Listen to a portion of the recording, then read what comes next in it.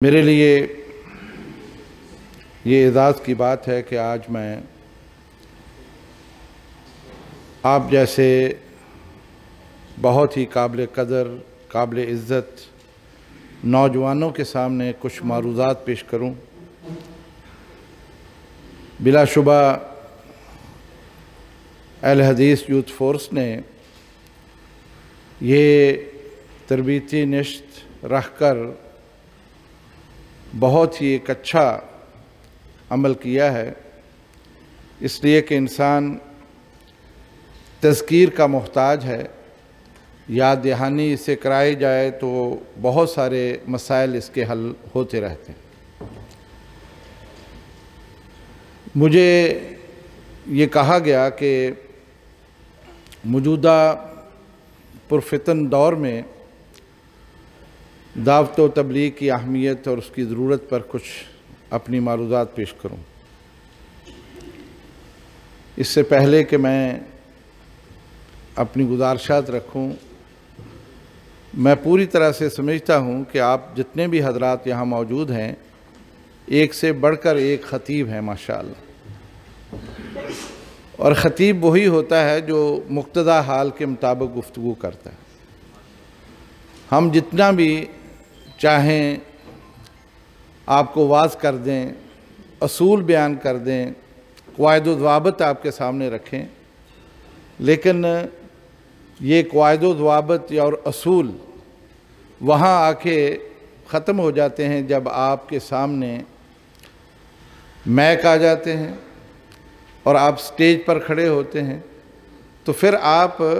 مقتضی حال کے مطابق ہی گفتگو کرتے ہیں۔ ہماری کہی ہوئی باتیں، ہمارے اصول ضابطے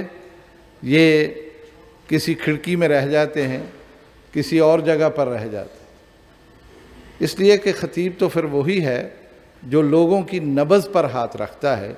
اور وہی کچھ کہتا ہے جو وہ سننا چاہتے ہیں۔ اور یہ ایک جگہ نہیں، 20 جگہ ہم اس کا مشاہدہ کرتے ہیں، لیکن پھر بھی آپ حضرات چونکہ خطیب ہیں تو جو مقصد کی بات ہے وہ بھی وہاں الحمدللہ آپ کرتے ہیں، اور اپنی دعوت کو جو کہ بہت ہی اچھی ہے، سنہری ہے، وہ بھی پیش کرتے ہیں۔ اللہ کریم اور کرے زور بیاں اور زیادہ، اللہ تعالیٰ آپ کو مزید اس کی توفیق سے نوازے۔ حضرات گرامی، ہم سب پاکستانی ہیں، پاکستان ہمارا وطن ہے، یہ ہماری پناہ گاہ ہے، یہ ہماری چھت ہے۔ اس وطن کے لیے اس میں امن ہو، سکون ہو، اطمینان ہو، پرامن ماحول ہو، تب جا کے ہم اپنا کام کر سکتے ہیں۔ اگر اس میں خلفشار ہو، بد امنی ہو، اضطراب ہو، تو ہم اپنی دعوت کا کام نہیں کر سکتے۔ اور یہ صرف دعوت کی حد تک نہیں، بلکہ زندگی کا کوئی پہیہ بھی نہیں چل سکتا۔ اس لیے ضرورت اس امر کی ہے کہ ابتدائی طور پر جتنے بھی طبقہ پاکستان میں موجود ہیں، ان کی اولین ذمہ داری یہ بنتی ہے کہ وہ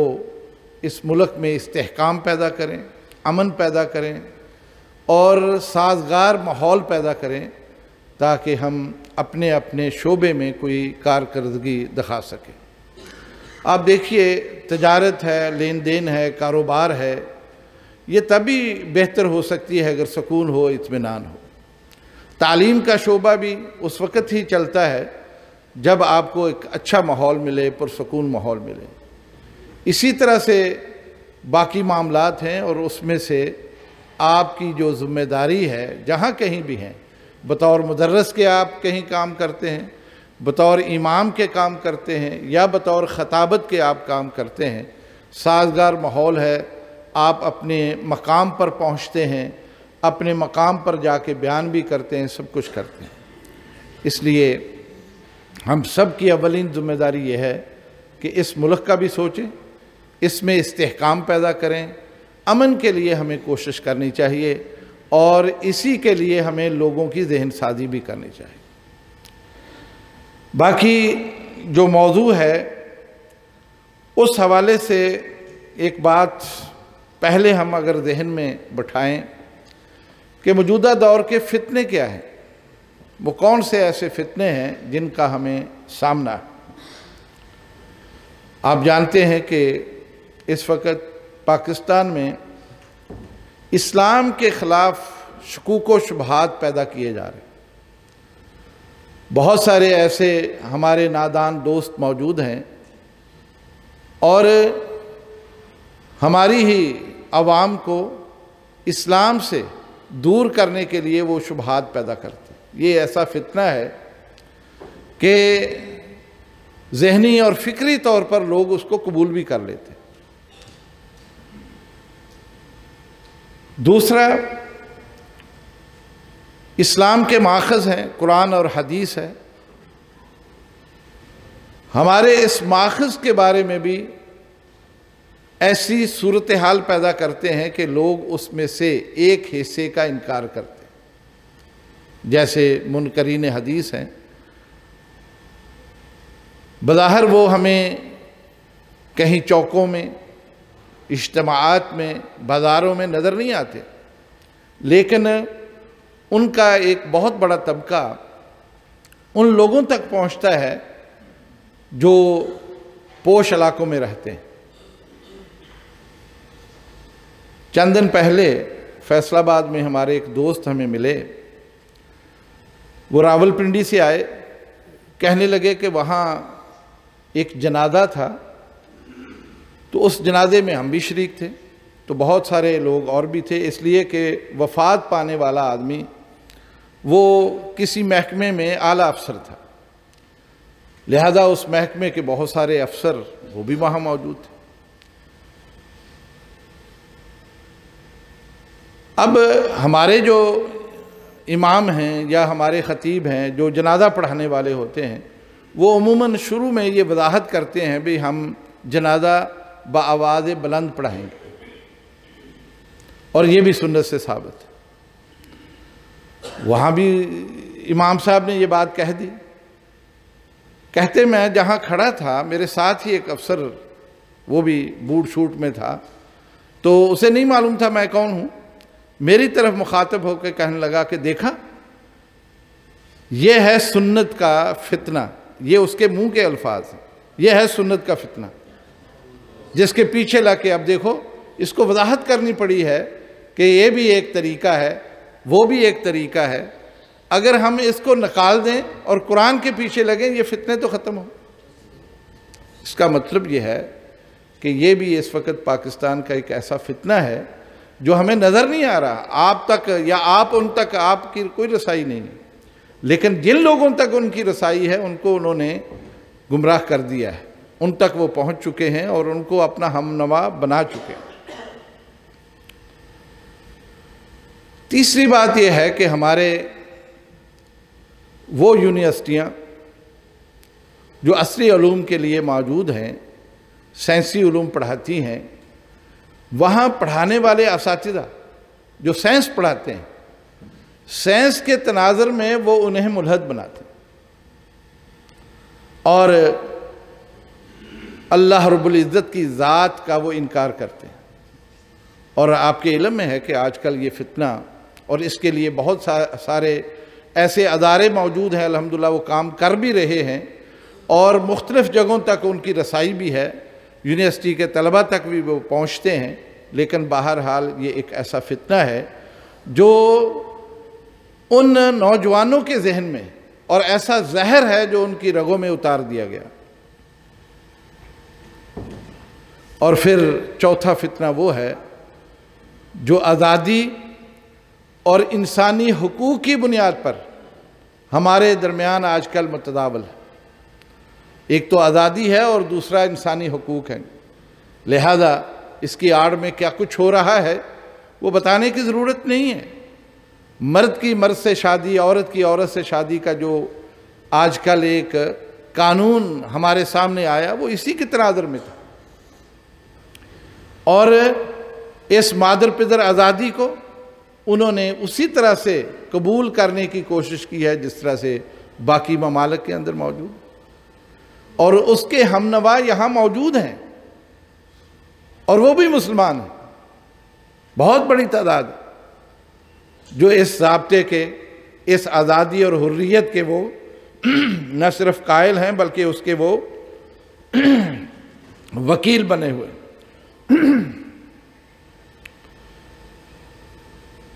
اور یہ بھی ایک بہت بڑا فتنہ ہے کہ گناہ تک رسائی بہت آسان ہو۔ پہلے یہ کام بہت مشکل ہوتا تھا، آج گناہ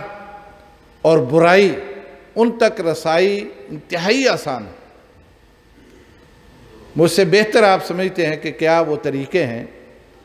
پہلے وقتوں میں ایسی جگہ ہوتی تھی جہاں لوگ گناہ کے لیے جاتے تھے، لیکن آج ایک کال پر سب کچھ ہو جاتا ہے، آپ کو کہیں جانے کی ضرورت نہیں۔ کوئی وقت ہوتا تھا کہ لوگ فلم بینی کے لیے سینمے کا رخ کرتے تھے، آج کل وہ آپ کے ہاتھ میں ہے، اور جس طرح کی چاہیں وہ آپ کو دستیاب ہو سکتی ہے۔ گویا کہ یہ چیزیں اتنی آسان ہو گئی ہیں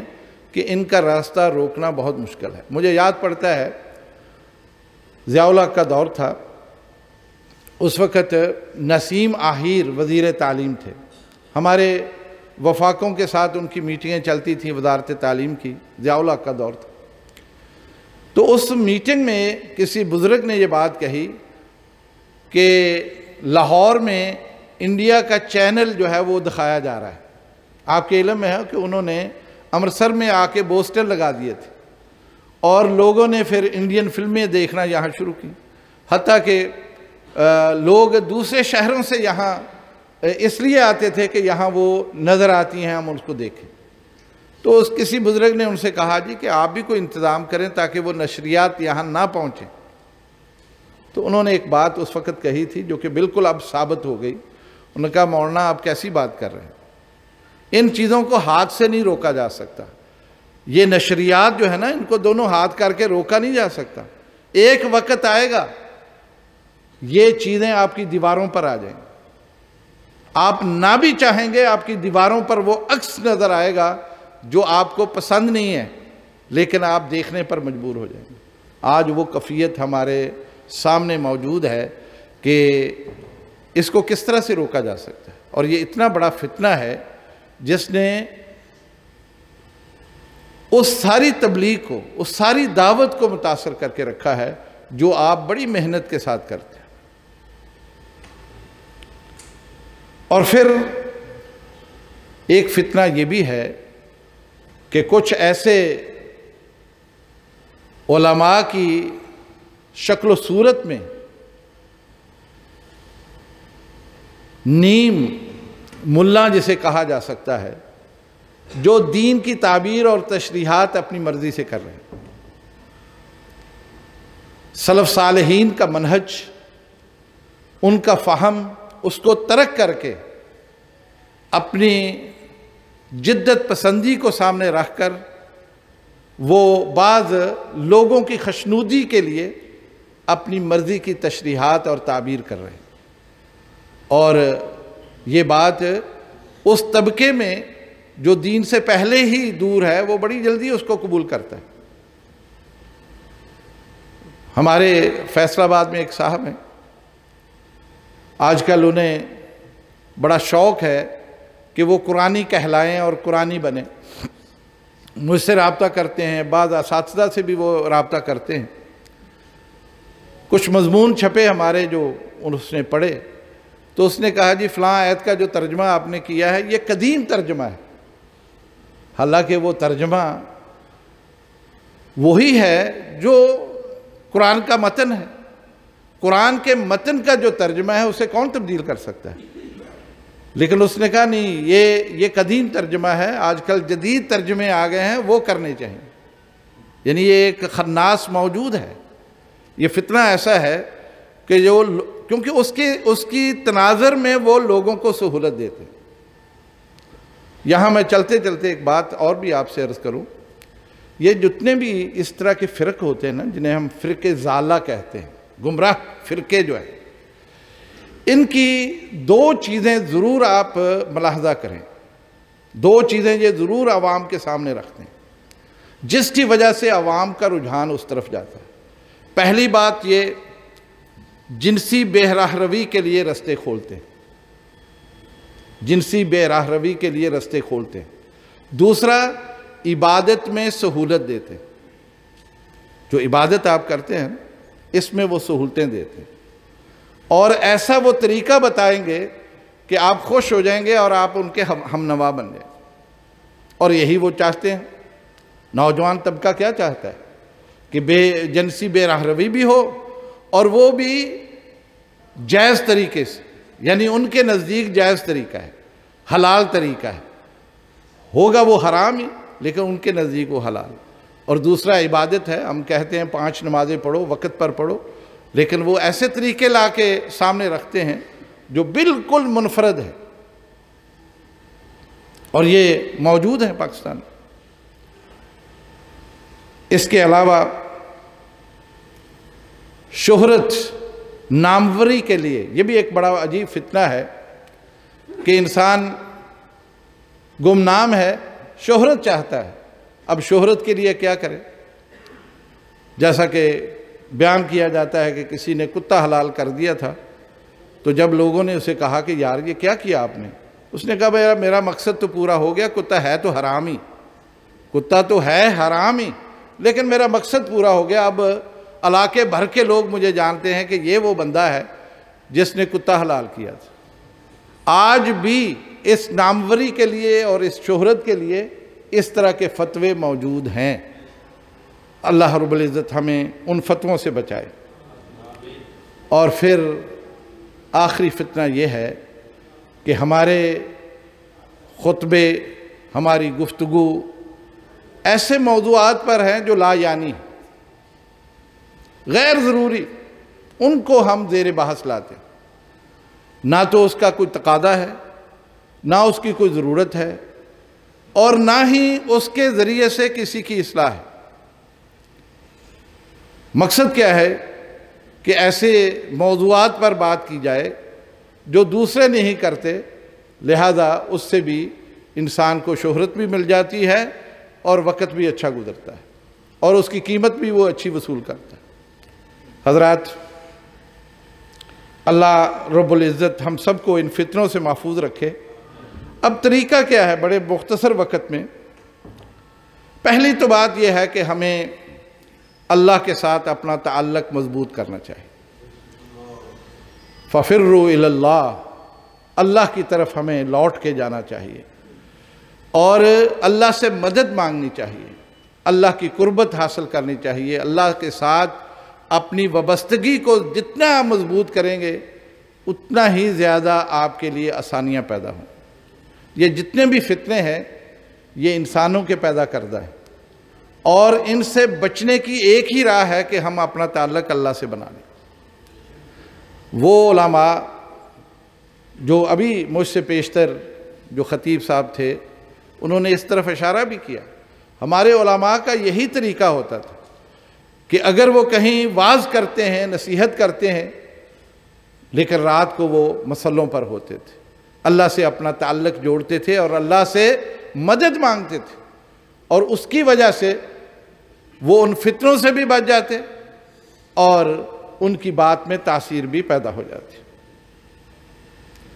اور دوسری بات کہ اللہ پر بھروسہ اور توکل، یہ ایک ایسا عمل ہے کہ انسان کو کرنا چاہیے، اور یہ جو فتنے ہیں ان سے گھبرانا نہیں چاہیے۔ لا تحسبوه شرا لکم بل ہوا خیر لکم، بعض دفعہ شر جو ہے نا، شر اس میں سے خیر نکلتی ہے، اور ہمارے بہت سارے ایسے لوگ ہم نے دیکھے ہیں کہ وہ ایسے ازمائشوں میں بیمار پڑ گئے تب بھی، کچھ ازمائش آ گئی تب بھی، غربت مفلسی آ گئی تب بھی، حالات بدل گئے تب بھی، وہ اس شر میں سے بھی خیر کے پہلو تلاش کرتے ہیں۔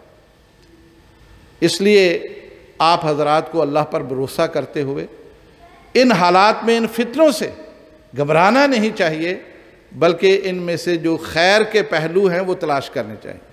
اور اس طرف لوگوں کو متوجہ کرنے کی آپ کو ضرورت ہے۔ اس کے ساتھ دیکھیے مشکلات، آزمائشیں، ابتلا یہ انبیاء پر بھی آئیں، اور آج کے حالات ظاہر ہے صدیوں بعد مختلف طریقے آ گئے، کچھ سہولتیں بھی ہمیں میسر آئیں اور کچھ مشکلات بھی ہمارے سامنے موجود ہیں، لیکن ان میں ثابت قدم رہنا، اللہ سے استعانت مانگنا اور انبیاء کی اس سنت کو سامنے رکھنا کہ انہوں نے کن حالات کے اندر اپنی اس دعوت کو لوگوں تک پہنچایا اور کیا طریقے اور اسلوب اختیار کیے، وہ کم از کم ہمیں بھی اختیار کرنے چاہیے۔ اس لیے کہ رسول اکرم صلی اللہ علیہ وسلم سے پوچھا گیا تھا کہ کون سے لوگ سب سے زیادہ ابتلا میں مبتلا ہوئے، تو آپ نے فرمایا تھا کہ انبیاء اور رسول اور صالحین یہ لوگ ہوئے، ثم الامثل فالامثل، پھر اس طرح کے لوگ۔ اللہ رب العزت ہمارا شمار بھی ان لوگوں میں کرے جو صالحین ہیں، اور اللہ رب العزت اس آزمائش کی گھڑیوں میں ہمیں بھی ثابت قدم رکھے اور ہم اپنی اس مشن پر قائم دائم رہیں۔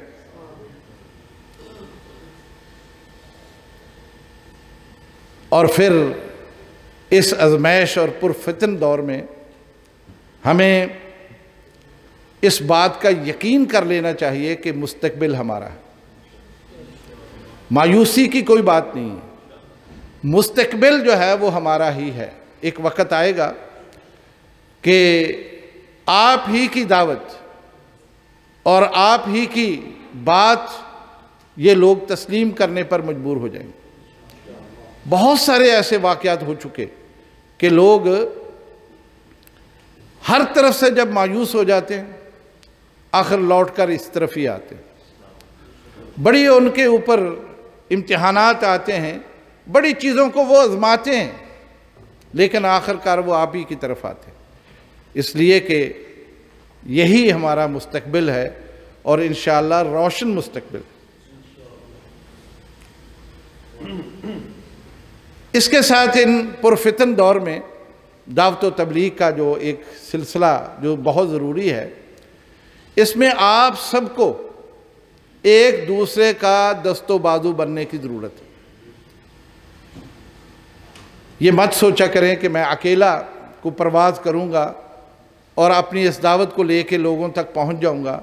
میرے بھائیو، ایسا نہیں ہوتا۔ انبیاء سے بہتر اس دنیا میں کوئی اور طبقہ نہیں آیا، لیکن انبیاء نے بھی ضرورت محسوس کی کہ اپنے حواری بنائیں، اپنے انصاری بنائیں، اپنے اصحاب بنائیں اور ان کی مدد کے ساتھ وہ اس دعوت کو لوگوں تک پہنچائیں۔ حضرت عیسیٰ علیہ السلام اور خود نبی کریم صلی اللہ علیہ وسلم، یعنی وہ اصحاب کی جماعت آپ نے تیار کی، اس لیے یہ ہمارے سامنے روشن مثالیں ہیں کہ ہم اکیلے کچھ بھی نہیں کر سکتے جب تک کہ ہم ایک دوسرے کے دست و بازو نہیں بنتے، ساتھی نہیں بنتے، ایک دوسرے کی مدد نہیں کرتے، ایک دوسرے کی رہنمائی نہیں کرتے۔ ہمارا یہ تجربہ رہا ہے جامعہ سلفیہ میں کہ خطبہ جمعہ ہم وہاں تیار کرتے۔ اللہ تعالیٰ شیخ الحدیث مولانا یونس بٹ صاحب رحمہ اللہ کو جنت الفردوس میں اعلیٰ مقام عطا فرمائے،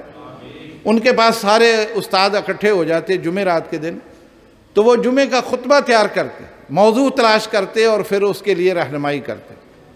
نتیجہ یہ ہوتا کہ کم و بیش بھی 15-20 ایسی مسجدیں ہوتی جس میں ایک ہی موضوع پر خطبہ ہوتا اور اس کے لیے مواد بھی وافر ہوتا،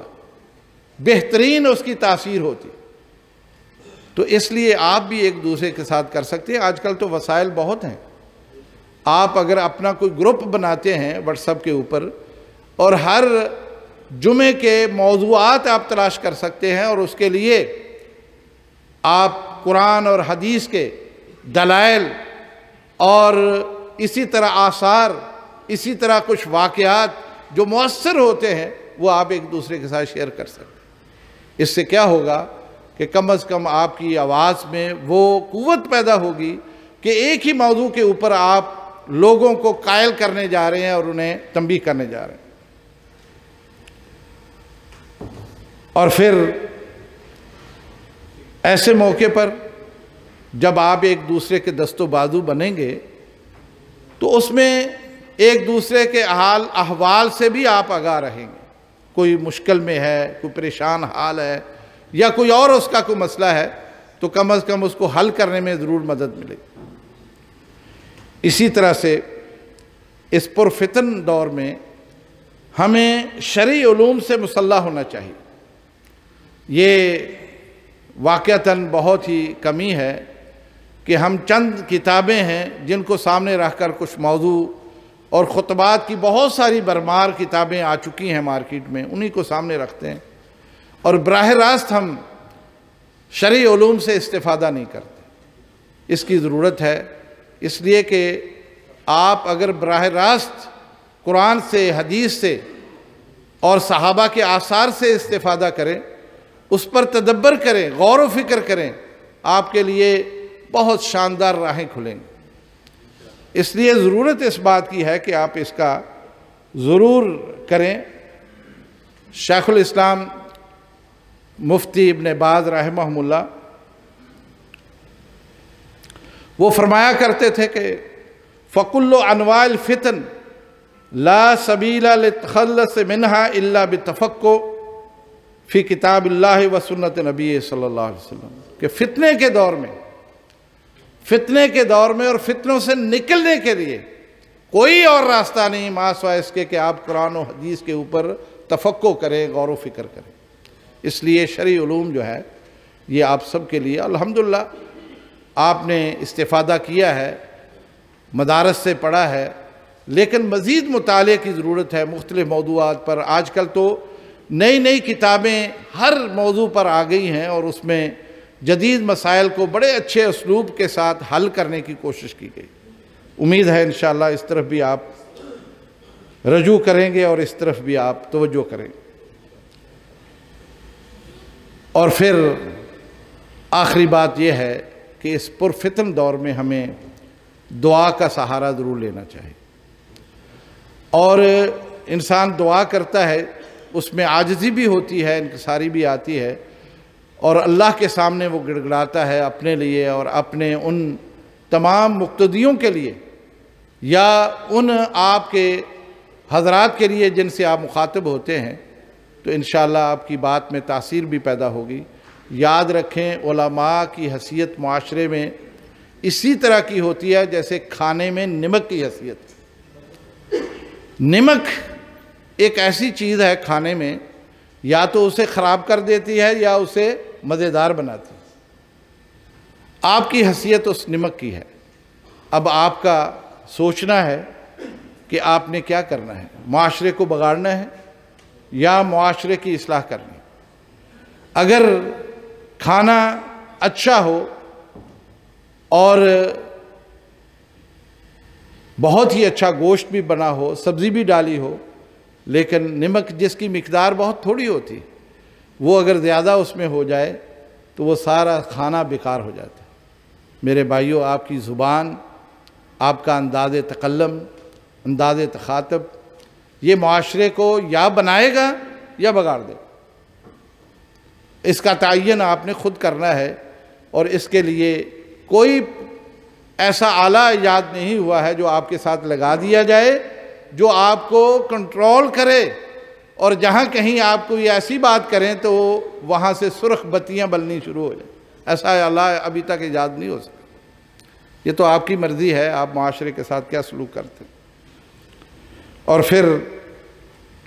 یہ بات بھی ذہن میں رکھیں کہ آپ علماء ہیں، ماشاءاللہ خطیب حضرات ہیں، مختلف جگہوں پہ جاتے ہیں، آپ کا بیان سننے کے بعد لوگوں کے ذہن میں سوالات آتے ہیں۔ میں بہت ہی معذرت کے ساتھ، کیونکہ ہمارے سلف صالحین کا جو طریقہ ہوتا تھا کہ لوگ جب سوال کرتے، اگر تو سوال کا جواب صحیح آتا تو وہ بیان کر دیتے، اگر نہیں آتا تو وہ کہہ دیتے لا ادری۔ امام مالک رحمہ اللہ سے ایک مجلس میں کسی شخص نے 40 سوال پوچھے، 40 سوال، اور امام مالک کا قد و کاٹ آپ جانتے ہیں، ان کا مقام و مرتبہ آپ جانتے ہیں، اور وہ مدینہ منورہ کی اس مسند پر موجود ہیں۔ ان 40 سوالوں میں سے صرف 4 سوالوں کے جواب دیے، باقی سوالوں کے بارے میں انہوں نے کہہ دیا لا ادری۔ تو اس شخص نے کہا کہ حضرت میں تو بڑی امید لے کے آیا تھا، میں افریقہ کے اس ممالک سے آیا اور آپ سے یہ سوال سیکھنے کے لیے آیا، اور آپ کہہ رہے ہیں لا ادری۔ انہوں نے کہا کہ جس قوم میں لا ادری ختم ہوگی وہ ہلاک ہوگی، وہ ہلاک ہوگی، اس لیے کہ ایک چیز کا پتہ ہی نہیں ہے۔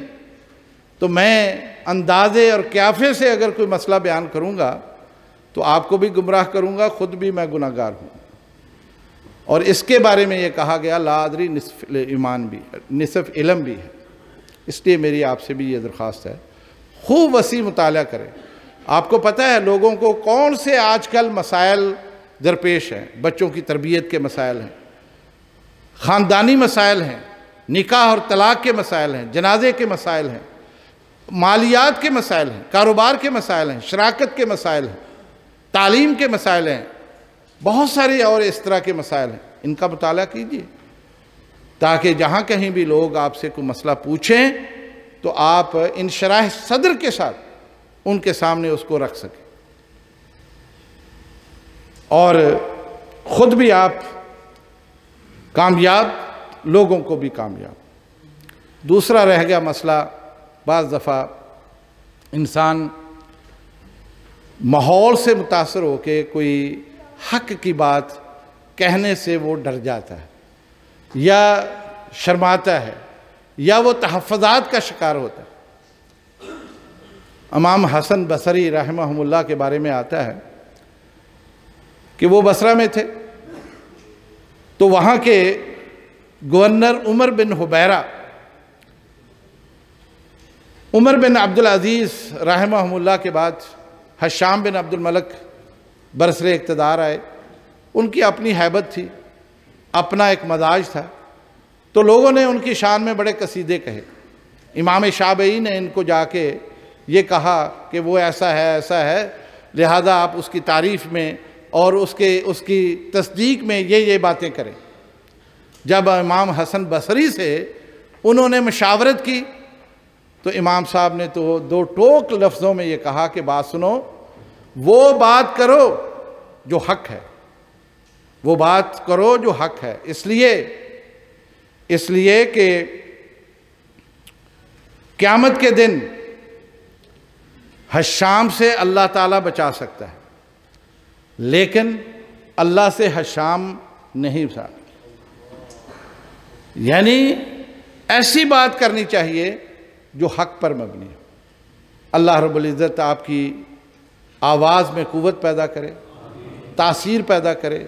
آپ کی دعوت کو اللہ تعالیٰ فروغ عطا فرمائے۔ جہاں کہیں بھی آپ ہیں اچھے سلیقے سے جو بھی فتنے ہیں ان فتنوں کا تذکرہ کیجئے، لوگوں کو خبردار کیجئے اور پھر ان کا حل بھی بتائیے۔ آج لوگ